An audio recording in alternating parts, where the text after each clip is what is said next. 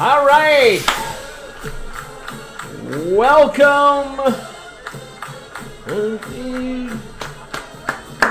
Hail to the victors, lion. Hail to the conquering heroes. Hail, hail to Michigan, the champions of the West. All right, go blue. Everybody, how are you today? You got the goat up above there. And looks like he may be retiring. He could be just rumors. We don't know. But anyway, thanks for joining us today. Wolverine Fan Therapy podcast. Welcome to the show. Boy, it's been a crazy month of January for Wolverine fans. And we definitely need some therapy at this point. After this weekend, I just felt like I can't stay silent any longer about the whole Harbaugh drama. It's been one inaccurate report after another and another and another, and pretty frustrating. But I think the adage that applies here is where there's smoke, and there's this much smoke, there must be some fire. I'm officially getting pretty annoyed, as I think most Wolverine fans are. Of course, with a fan base as large as Michigan football, you're gonna, you ask 10 different people, you're gonna get 10 different opinions. Everybody's got their opinion, and Jim Harbaugh is certainly the kind of coach and person that engenders opinions, and that's just the way it is. So. And the fact of the matter is, there's only one person who can put an end to all this nonsense once and for all, and it's not any of these well-meaning media people, whether they be in the NFL, whether they be college football, whether they be exclusively Michigan folks. The only person that can put an end to this once and for all is Jim Harbaugh, the man himself. And welcome to the world of big-time coaches. This is certainly not Brady Hoke, and this is not Brian Ellerby. This is a big-time coach with a huge ego. I mean, big-time coaches that have won at the highest levels, players that have won at the highest levels, they have big egos. These things go hand in hand, and the fact of the matter is, whether it's a 17-year-old five-star recruit or a 60-year-old, 58-year-old head coach who's been to a Super Bowl, they like to be courted. They like the attention, and they think that they can handle just about anything. So, there's a lot of evidence to point that Jim Harbaugh can. I mean, he's taken over programs in shambles and turned them around. Stanford, San Francisco 49ers, and Michigan, wasn't exactly winning a lot of championships when Jim Harbaugh came, and we finally got him in the fall of 2014. We had two bad coaching tenures, one that lasted 3 years, one that lasted 4 years, and Jim Harbaugh, maybe it didn't look like it a year ago, but he turned it into a championship program. So we can all logically deduce at this point that Jimmy has a big ego, and he is carefully weighing his options. At 58 years old, this is logical. It's a logical thing for him to do personally. However, I think as Wolverine fans and as Wolverine Fan Nation, I think it is, and as your therapist, I think it is somewhat warranted for us to be a little frustrated at this point that he would dangle his alma mater and lifelong beloved Michigan program and its entire fan base for nearly a month during the height of recruiting season, and it's really become tiring. And as the old saying goes, I think I speak for most of us when I say shit or get off the pot. this has really become borderline untenable as Wolverine fans.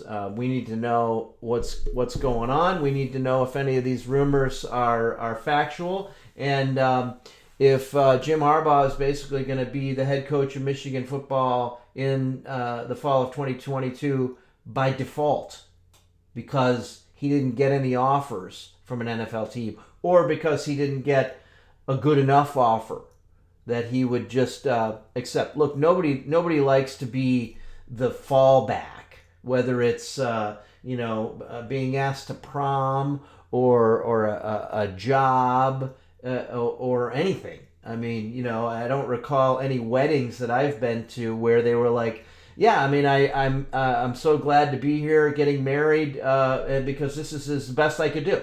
Really, I mean, I know I was this person's third choice or fourth choice, but I mean, it could be worse. At least I'm getting married, and that's the way it's beginning to feel for Wolverine fans, and it's frustrating. Like I said, it's borderline untenable at this point. After 4 weeks of this. One rumor after another, and unsubstantiated reports, and every single report comes from sources. It's just annoying. It's annoying, but I think for me this weekend, hearing that Harbaugh did actually speak in person to the Minnesota Vikings, it's kind of like enough is enough. I've kind of just put this in the background as white noise for about as long as I can handle it, and at this point, I'm done with the whole thing.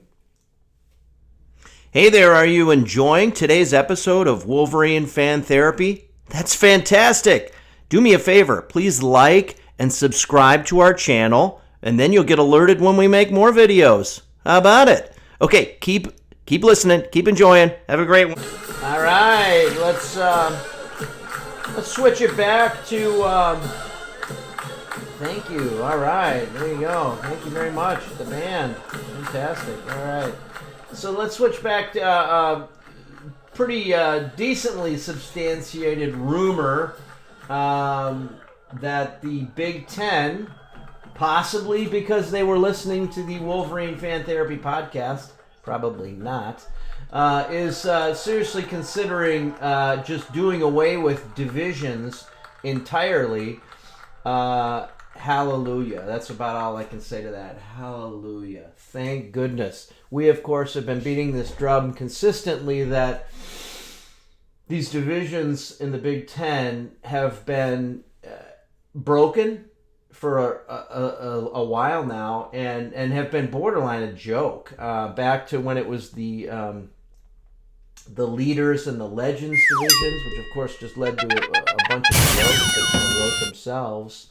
And it was just kind of a weird idea, to these East and West divisions, which have just been uncompetitive and made the conference look bad. It really has diminished the overall conference. There have been more than a couple years, maybe a few, 3 or 4 years, where even in a 4-team abbreviated playoff where there's only 4 teams that make it, you could have easily made an argument that there were a couple years where 2 Big Ten teams could have made it, which has, of course, been one of the big complaints for everyone in the country except in the SEC, that why does the SEC get 2 teams in a 4-team college football playoff, which has happened more than once.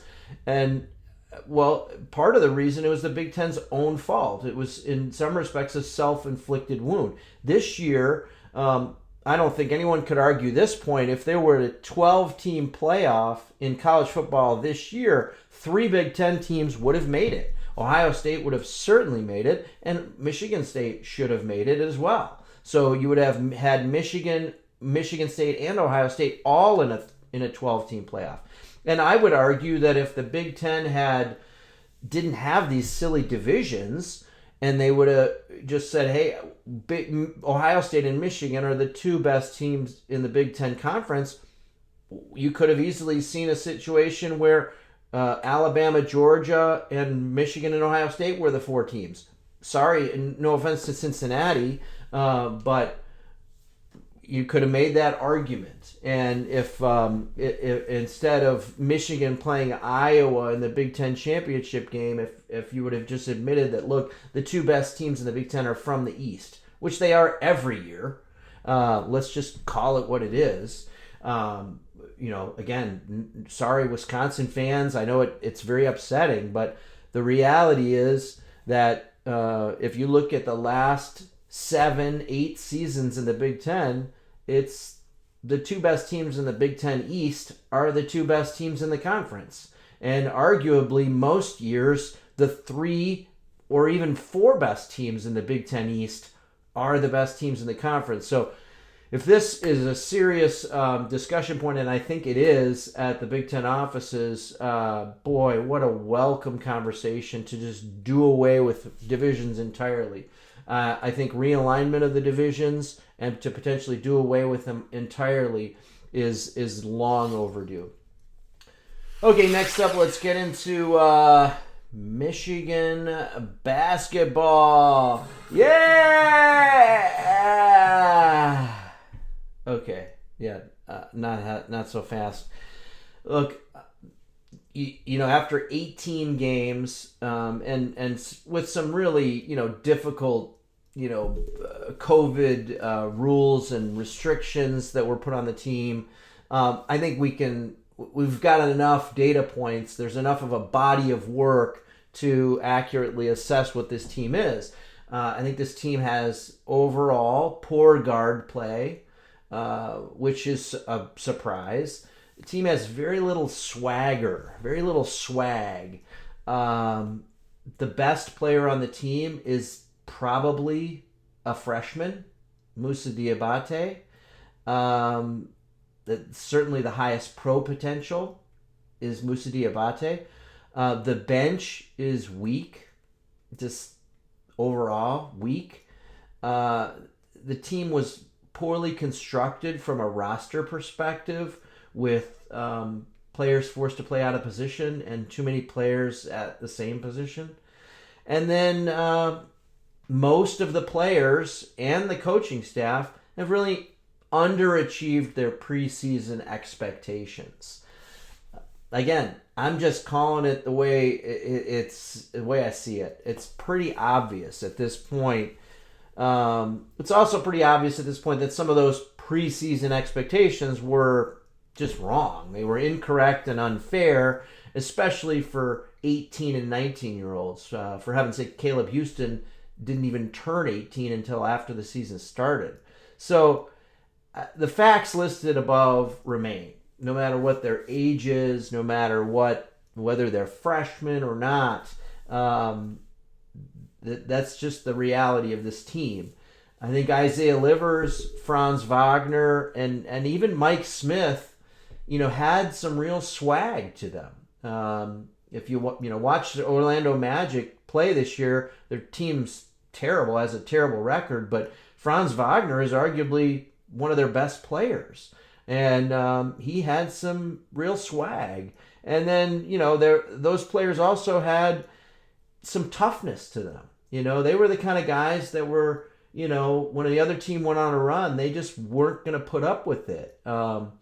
And look, the reality is that's hard. We as Wolverine fans, of course, point back to the Fab Five, and look, those guys had probably more swag than maybe any basketball team ever. You could certainly make that argument. Any college basketball team. And as freshmen, they walked in, they were cocky. They had that cockiness to them. And look, that's important in all sports, but it's especially important in basketball. My guy, your man's not going to beat you, and when your guy makes a good play, you're going to come down and make a good play. Whether it was Gary Grant, I remember Gary Grant was famous for when the other team would hit a three, he would come down and hit a three. And I think he, statistically, it was some crazy, like he shot like 60% or something like that. He's like, that's not going to happen, especially at home. When another team would make a dramatic play, like a block or a dunk or something that would, exciting play. Somebody that's going to be like, hey, I'm not going to put up with that. I'm going to do the same kind of thing. That just doesn't seem to be in place. As a result, this team is really lacking in confidence. The team seems to fold easily in close games and is just not mentally tough, especially at the guard positions, the 1, 2, and the 3 positions. We saw that against a Minnesota team in December that's now, I think, 2-7 in the Big Ten, but they won at Chrysler Arena, and you could just tell that their guards were like, even when they were down in the second half, that they were like, hey, we got this. We're gonna win this game. We're gonna shoot our way right back into this. So at this point in the season, Michigan is not even a bubble team. They're probably on the out, and they need to make a run. And the problem is that after the next home game being relatively an easy game against Nebraska, who's winless in the Big Ten, Michigan is a really rough stretch, a venerable murderer's row of opponents over the next 2 to 3 weeks in February, playing many of the best teams in the conference. They have to play Purdue twice. They have to play Ohio State. It's going to be rough. And, the leadership on this team, Hunter Dickinson, believe it or not, statistically, Hunter Dickinson is actually better than he was last year. But again, last year he was a freshman. And I would say his NBA draft stock is probably actually gone down this year, believe it or not. And he's one piece to a puzzle, but unfortunately the other pieces haven't really fallen into place. And Michigan just when they go through these horrible stretches where their shooting is just terrible, if Caleb Houston's not shooting well and Eli Brooks isn't shooting well, they just don't have anybody else that they can go to, really. The bench is weak, and again, there isn't those players that are just gonna pound the table, put a stake in the ground and just swag their way, will the team to a win, as we've had in the past with a lot of players who have played in the NBA and a lot of players who were all Big Ten and all Americans. So teams in flux. Looks like an NIT team unfortunately could possibly make a run and get to the NCAA tournament, but after that blowout loss at Michigan State, the hope for that seems to be fading. Michigan State's a nice team, don't get me wrong, and winning at the Breslin Center is never easy, and Michigan State was definitely up for the game. But that same Michigan State team lost at home at the Breslin Center to Northwestern a week earlier. So this isn't a national championship caliber Michigan State team. They're a really good team, but there's plenty of those in the Big Ten, and Michigan's now going to have to start playing them, and it doesn't look good. Thanks so much for tuning in today to Wolverine Fan Therapy. Hey, do me a favor. Please like and subscribe us, and you'll hear more. All right, let's talk about something that actually is going well. The Michigan hockey team. Michigan hockey season is in full swing, and that is something to cheer about. Hail to the victors there. Look, Michigan hockey is the most talented team in the Big Ten Conference, and arguably they're one of the most talented teams in the country. They are leading the Big Ten Conference. They should win the Big Ten Conference, and they should have the potential to make a really nice run in the NCAA hockey tournament and be a Frozen Four contender. We've known this all along. It's been the way it is. They just swept Wisconsin this past weekend. And if you get a chance, it's usually on the Big Ten Network, but find a way to tune into them because they are fun. They are exciting. They are beating our rivals.